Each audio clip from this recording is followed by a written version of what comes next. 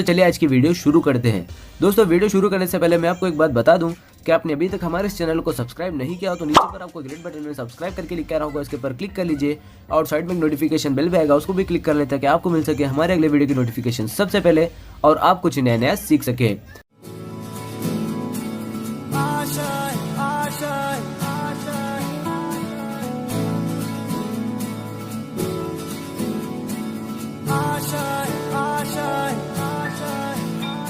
कुछ पाने की हो आस आस, कोई अरमा हो जो खास खास आशाएं, हर कोशिश में हो बार बार, करे दरियाओं को आर पार आशाएं, तूफानों को चीर के मंजिलों को छीन ले, आशाएं खिले दिल की, उम्मीदें हंसे दिल की, अब मुश्किल नहीं कुछ भी, नहीं कुछ भी, आशाएं खिले दिल की। अब आज આપણે શુદ્ધિકરણની ત્રીજી પદ્ધતિ તો આપણે ગયા લેક્ચરમાં આપણે જોયું કે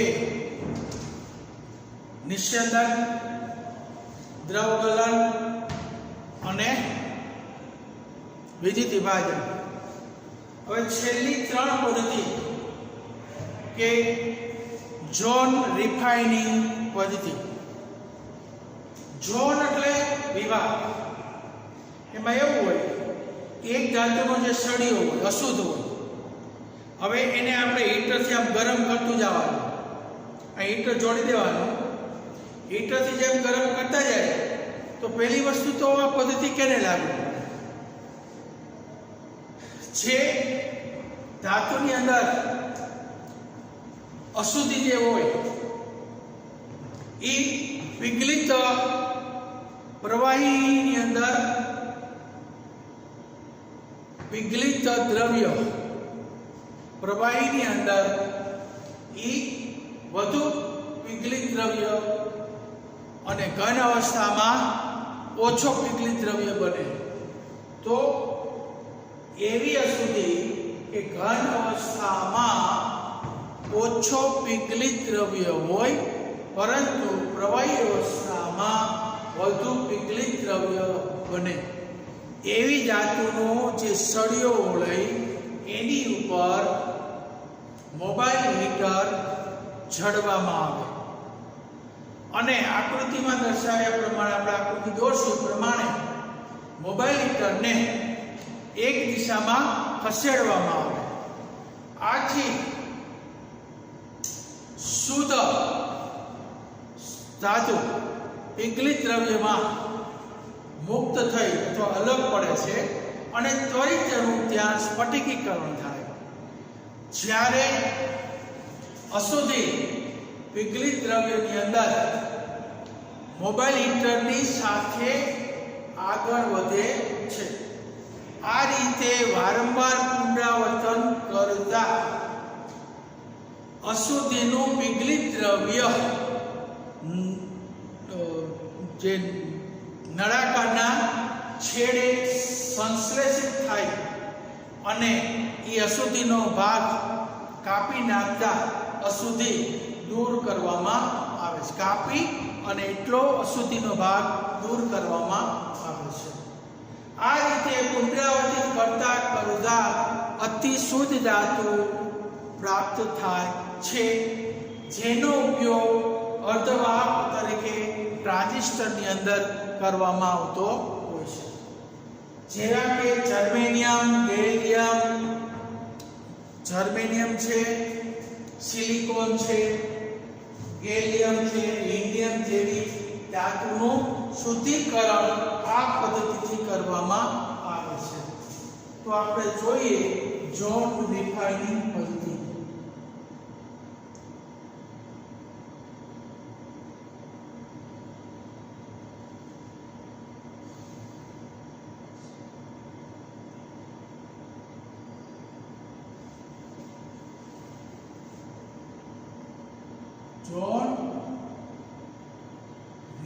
ડિફાઇનિંગ પદ્ધતિ. તો 6 ડિફાઇનિંગ પદ્ધતિની અંદર સામાન્ય રીતે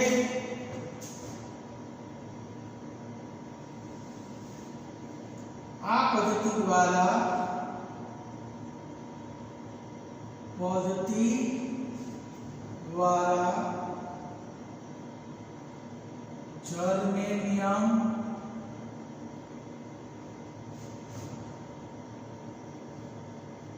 સિલિકોન, ગેલિયમ, ઇન્ડિયમ જેવી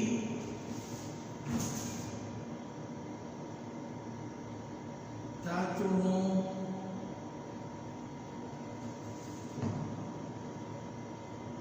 શુદ્ધિકરણ કરવામાં આવે છે.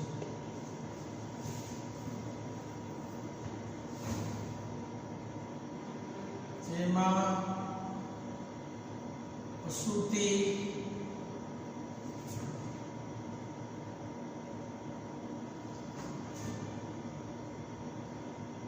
પ્રવાહી અવસ્થામાં વધુ પીગલિત દ્રવ્ય હોય છે જે ઘન અવસ્થામાં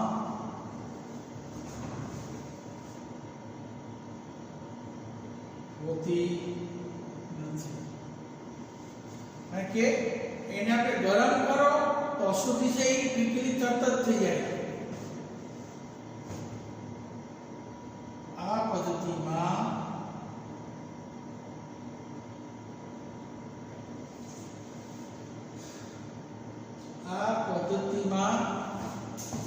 અશુદ્ધ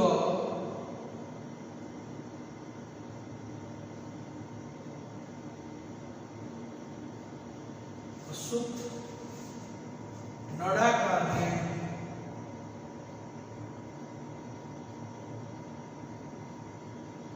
મોબાઈલ હીટર સાથે જોડવામાં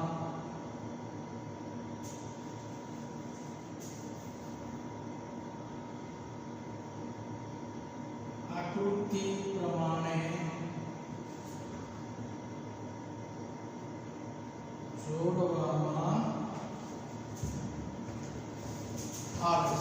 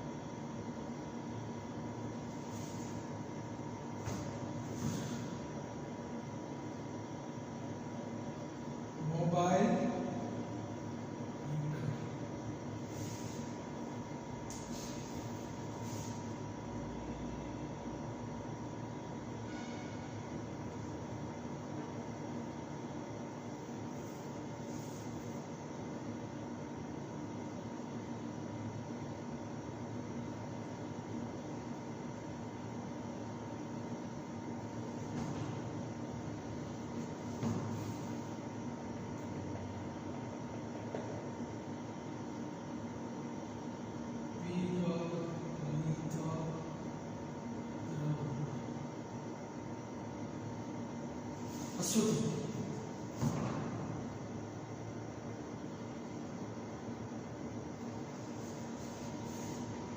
હવે શૂન્યાવકાશ.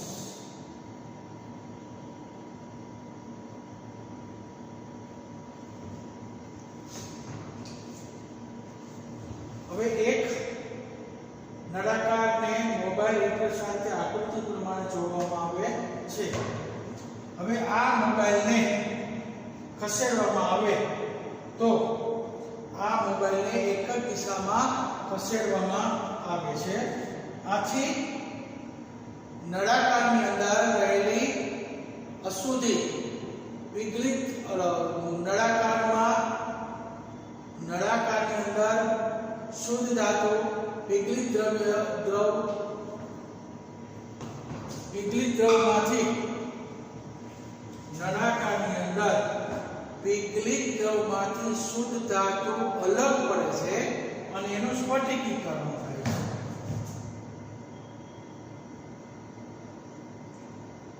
મોબાઈલ હીટરને એક જ દિશામાં આગળ ખસેડવામાં આવે છે. આથી શુદ્ધ ધાતુ વિગલિત દ્રવમાંથી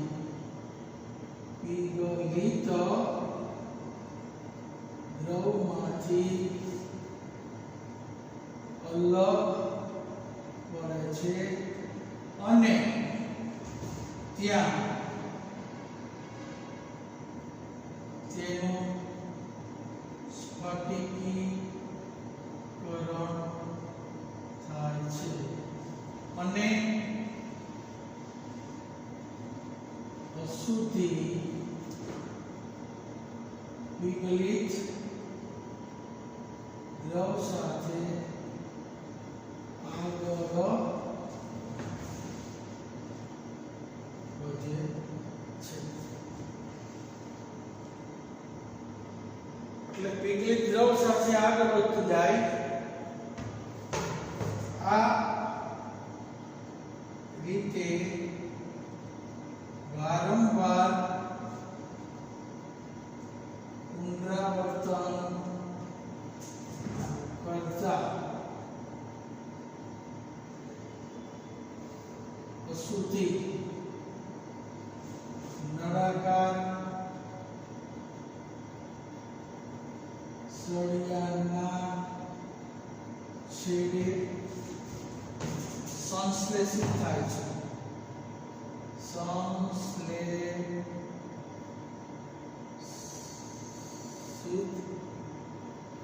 થાય છે અને અશુદ્ધ છેડાનો ભાગ કાપી દૂર કરવામાં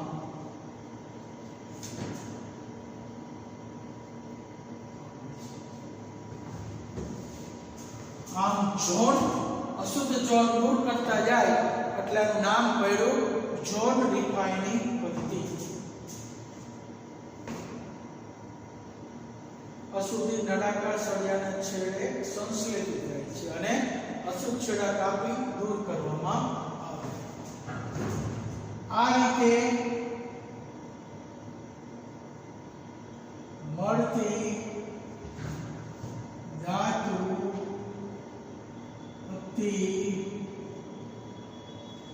શુદ્ધ હોય છે, જેનો ઉપયોગ અર્ધ વાહક તરીકે ટ્રાન્ઝિસ્ટરમાં ઇલેક્ટ્રોનિક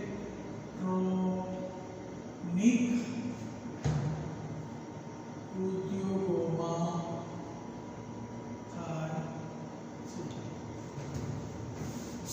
સિલિકોનને અર્ધવાહક સિલિકોન બનાવવા માટે પણ વપરાય છે.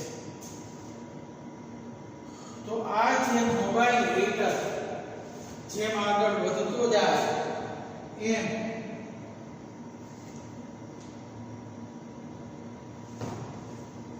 તો આ તમે અત્યારે લખી લો જોન રિફાઇનિંગ પદ્ધતિ.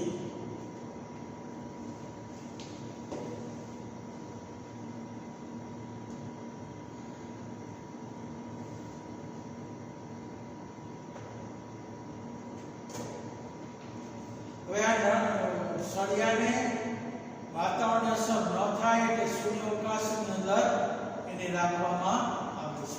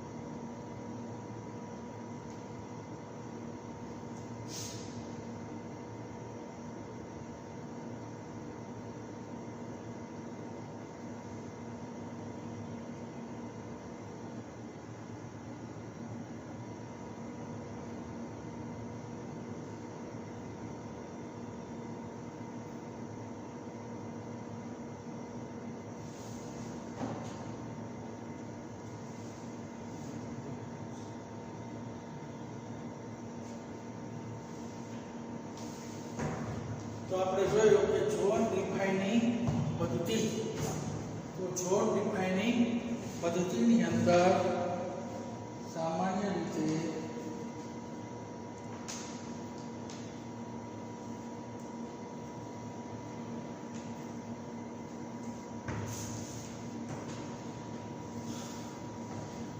મોબાઈલ હીટર દ્વારા અશુદ્ધિ છે એને પીગળિત દ્રવની અંદર આગળ લેતું જવાનું અને શુદ્ધ છે એ પીગળિત દ્રવમાંથી અલગ પડતું જાય, આગળ પાછળ શુદ્ધ ધાતુ છૂટી પડતી જાય, આગળ પીગળિત દ્રવની અંદર સુધી આગળ વધતી જાય, છેલ્લે છેડાના ભાગમાં ભેગી થઈ જાય, એ ભાગને કાપી નાખીને દૂર કરો, એટલે આમાંથી અશુદ્ધિ હોય એ દૂર થઈ જાય.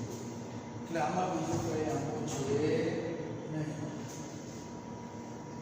ચાલો હવે આપણે બાષ્પ અવસ્થા શુદ્ધિકરણ.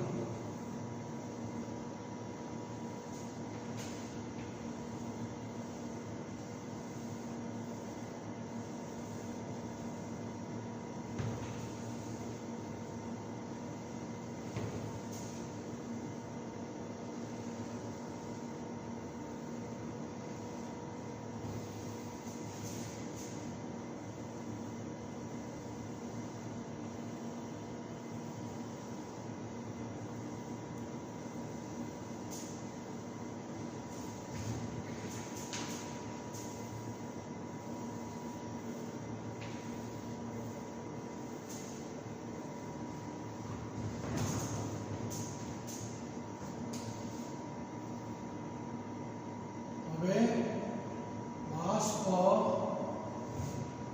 અવસ્થા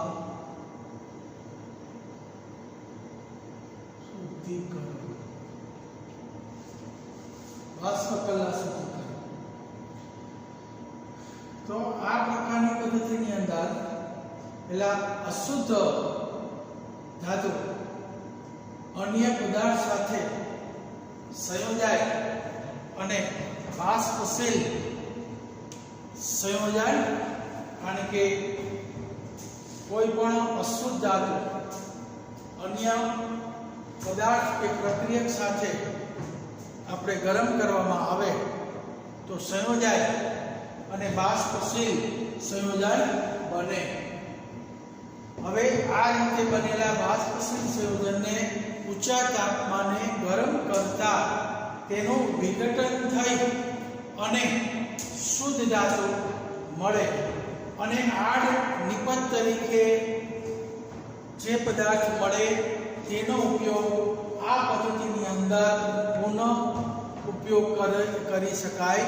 એટલે જે આડ નિપજ મળે એનો ફરી પાછો આ પદ્ધતિની અંદર ઉપયોગ કરી શકાય, એટલે પદ્ધતિનો ખર્ચ ઓછો આવે છે.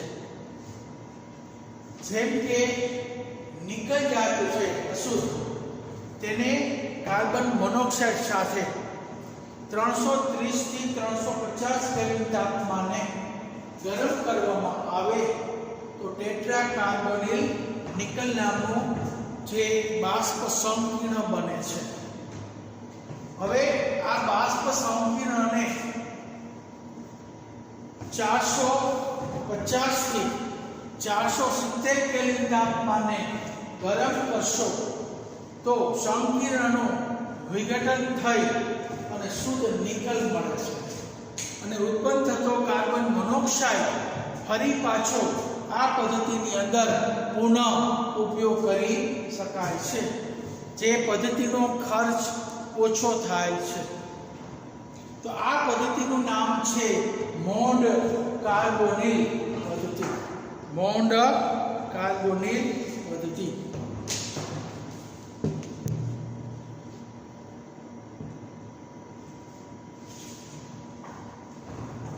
મોન્ડ કાર્બોનિલ પદ્ધતિ.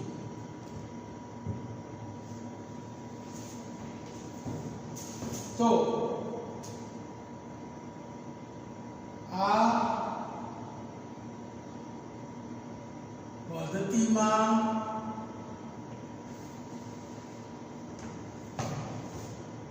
અશુદ્ધ ધાતુને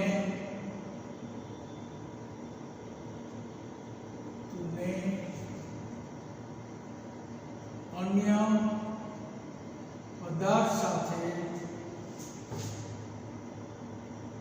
गरम करता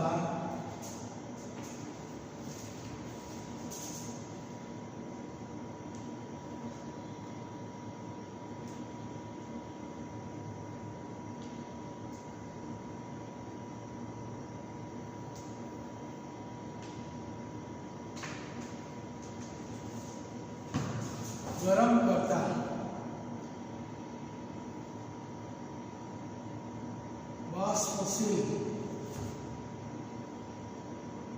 संयोजन મળે છે। હવે આ બાષ્પशील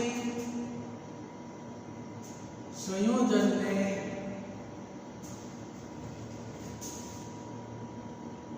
ऊंचा तापमाने गरम करता विघटन थई शुद्ध धातु મળે છે અને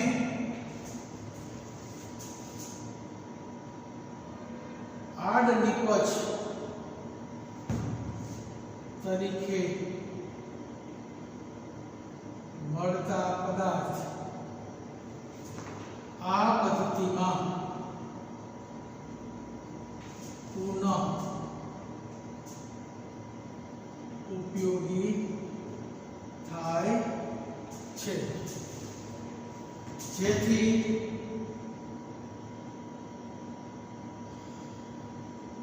પદ્ધતિનો ખર્ચ ઓછો થાય છે।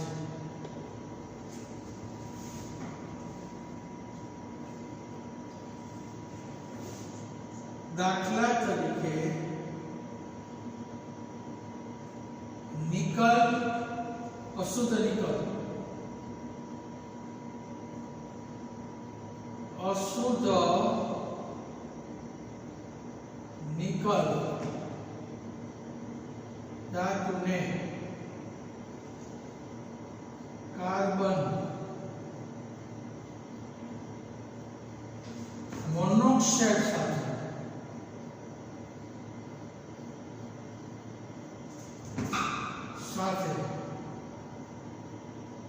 430 થી 450 केल्विन तापमाने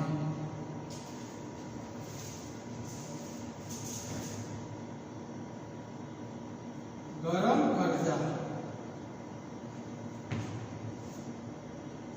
टेट्रा कार्बोनिल निकल नो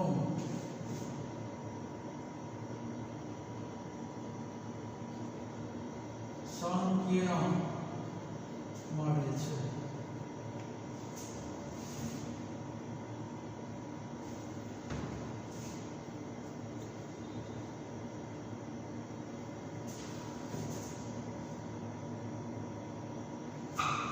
હવે આ બાષ્પ સંકીર્ણ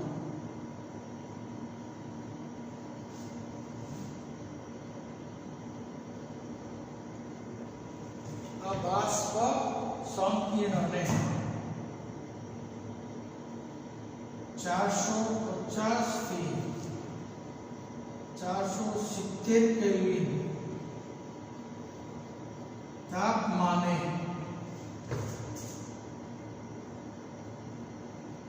गरम करता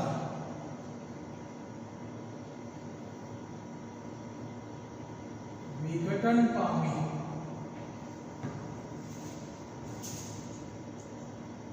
शुद्ध निकल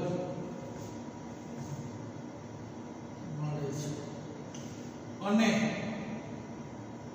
आड़ निपज कार्बन मोनोक्साइड नो फरी पाछो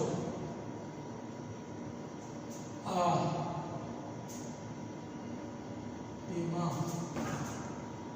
ઉપયોગ કરી શકાય છે.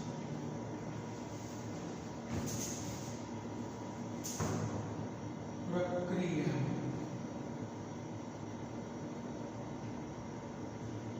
એનાય અશુદ્ધ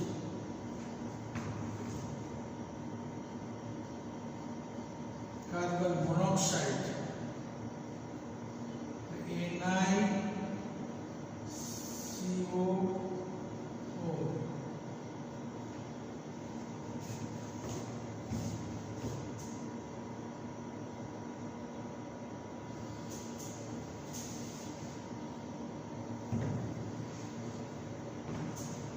હવે NiCO4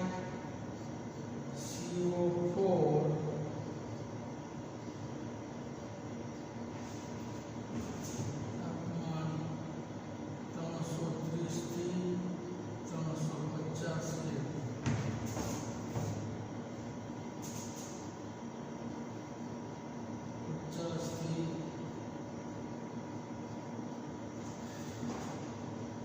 Ni અશુદ્ધ પ્લસ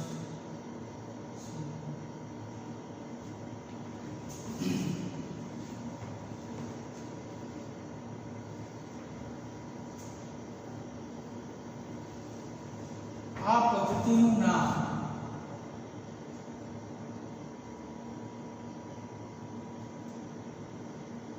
મોન કાર્બોનિલ તરીકે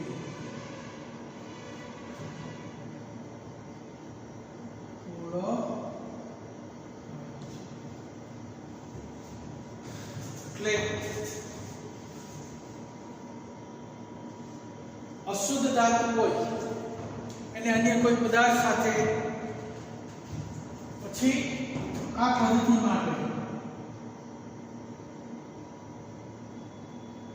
માટેની આવશ્યકતા પહેલી આવશ્યકતા કે અશુદ્ધ ધાતુ અન્ય પદાર્થ સાથે સંયોજાય. અશુદ્ધ ધાતુ અન્ય પદાર્થ સાથે સંયોજાય બાષ્પશીલ સંયોજન બનવું જોઈએ. બીજી આવશ્યકતા શું છે? બાષ્પશીલ સંયોજનનું ઊંચા તાપમાને વિઘટન થવું જોઈએ. આ બે શરતનું પાલન થતું હોય તો જ અશુદ્ધ નિકલમાંથી શુદ્ધ નિકલ મેળવી શકાય.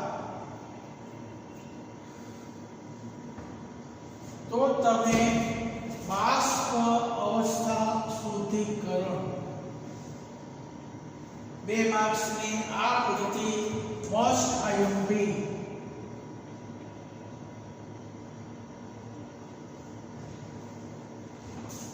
લખી લો વ્યવસ્થિત રીતે.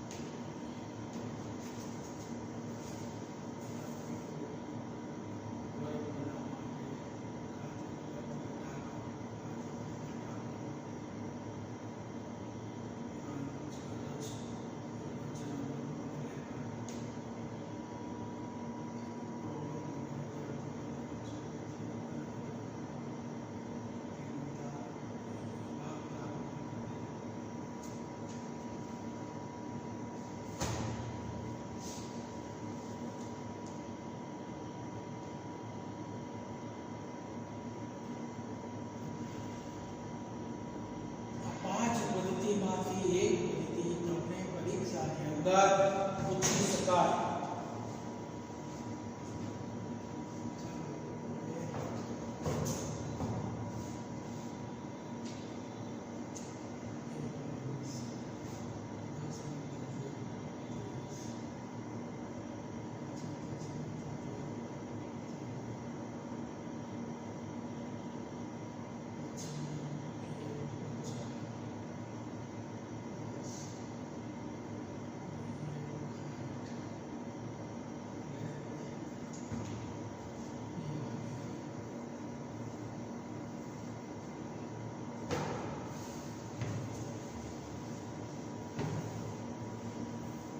ચાલો આના પછીની પદ્ધતિ.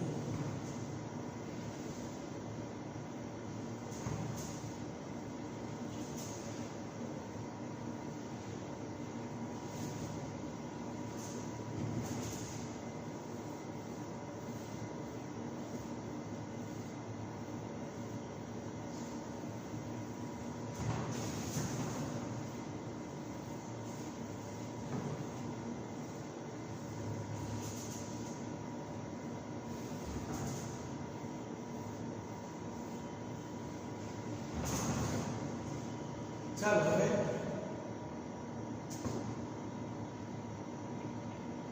ક્રોમેટોગ્રાફી પદ્ધતિ. હવે આ પદ્ધતિની અંદર કોઈ અધિશોષક આ પદ્ધતિ આપણે સમજાવવાની નથી કે આગલા ચેપ્ટર આગલા ધોરણની અંદર આવી ગઈ, અગાઉ આપણે એનો અભ્યાસ કરી ગયા. આની અંદર બીજું કાંઈ નહીં, 3 પ્રકાર છે.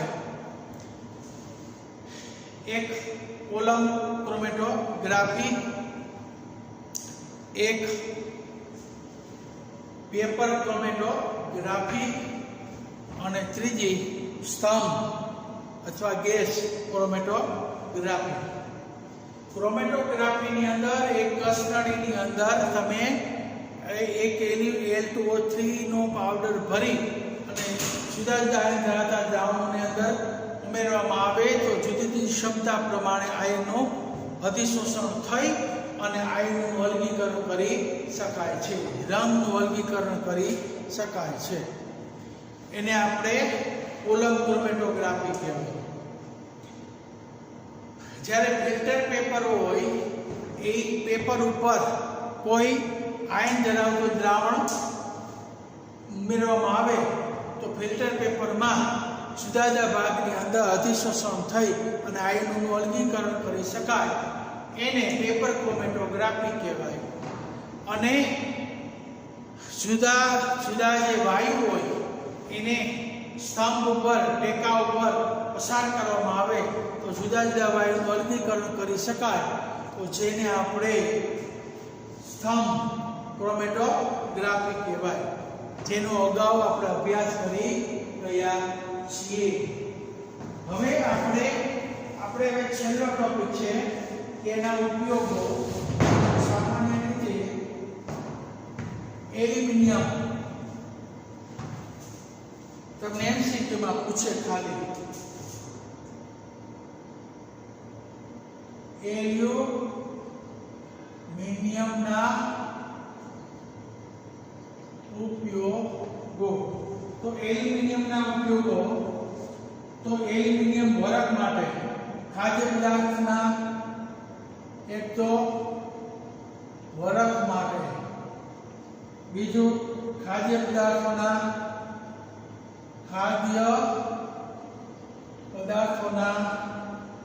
ઢાંકણ માટે, પછી લેકર અને રંગક તરીકે, પછી ક્રોમિયમ અને મેંગનીઝને તેના ઓક્સાઇડમાંથી અલગ કરવા અને તાર બનાવવા માટે. તો સામાન્ય રીતે આપણે જોઈએ તો એલ્યુમિનિયમનો ઉપયોગ ક્યાં થાય તો કે વરખ બનાવવામાં, જે પેકિંગ કરવા માટે પેકિંગમાં ખાદ્ય પદાર્થોના ઢાંકણ, ખાદ્ય પદાર્થ હોય દાખલા તરીકે રોટલી છે કે કોઈ આપણે વસ્તુ તો એની ઉપર ખબર ઓલું એલ્યુમિનિયમનું આછું ઢાંકણ કવર બનાવીને આપણે પાર્સલ કરીએ છીએ, એટલે ખાદ્ય પદાર્થનું ઢાંકણ છે. લેકર અને રસ રંગક તરીકે. હવે છંટકાવ કરવો હોય, ચમક લઈ આવી હોય તો એના માટે પણ એલ્યુમિનિયમ છે એ ઉપયોગ થાય.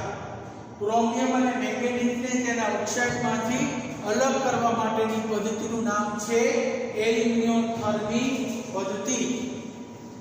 અને વિદ્યુત તાર બનાવવા માટે હવે કોપરનો ઉપયોગ તાર બનાવવા માટે, પાણી તથા વરાળની પાઇપ બનાવવા માટે, મિશ્ર ધાતુ બનાવવા માટે. તો કોપરનો ઉપયોગ શેમાં થાય? કોપર તેમાં તાર બનાવવા માટે, મિશ્ર ધાતુ બનાવવા માટે. પછી પાઇપલાઇન, કોપર છે એ ગરમ પાણીની પાઇપલાઇન બનાવવા માટે, પાણી તથા વરાળની પાઇપ બનાવવા માટે, પાણી અને વરાળની પાઇપલાઇન બનાવવા.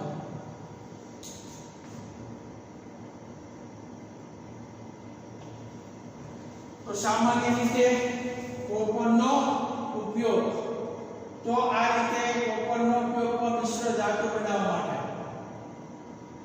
પાણી તથા વરાળની પાઇપલાઇન બનાવવા માટે, તાર બનાવવા માટે. એવી રીતના ઝીંકનો ઉપયોગ, તો જસત લોખંડ ઉપર ઝીંકનું આવરણ ચડાવવા માટે, ગેલ્વેનાઇઝ પતરા બનાવવા માટે. પછી બેટરીની અંદર, મિશ્ર ધાતુની અંદર, જર્મન સિલ્વરની અંદર ઝીંકની રજ બનાવવા.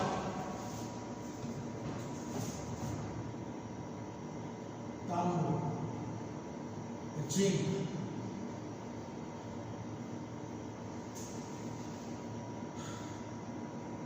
ઝીંક છે એ તાર બનાવવા માટે થાય. પછી ઝીંકનો ઉપયોગ ઢોળ ચડાવવા, બેટરીમાં અને મિશ્ર ધાતુ. લોખંડ ઉપર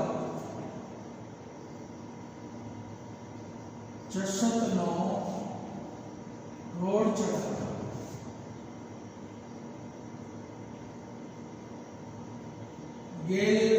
ગેલ્વેનાઇઝિંગ આયર્ન કહેવાય. મિશ્ર ધાતુ, તેમાં જર્મન સિલ્વર. મિશ્ર ધાતુ બનાવવા માટે, જેમ કે જર્મન સિલ્વર.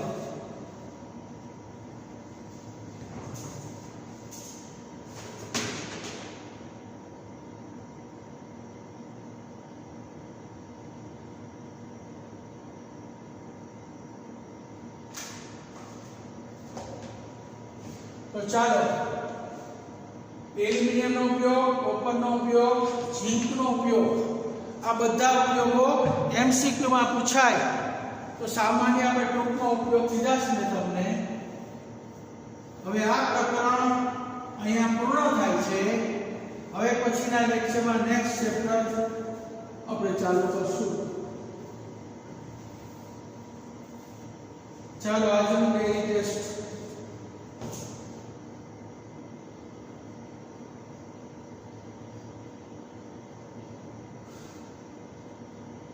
જોન રિફાઇનિંગ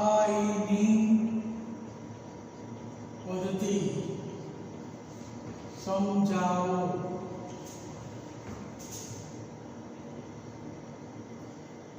બાષ્પ કલા શુદ્ધિકરણ, નિકલ વડે સમજાવો.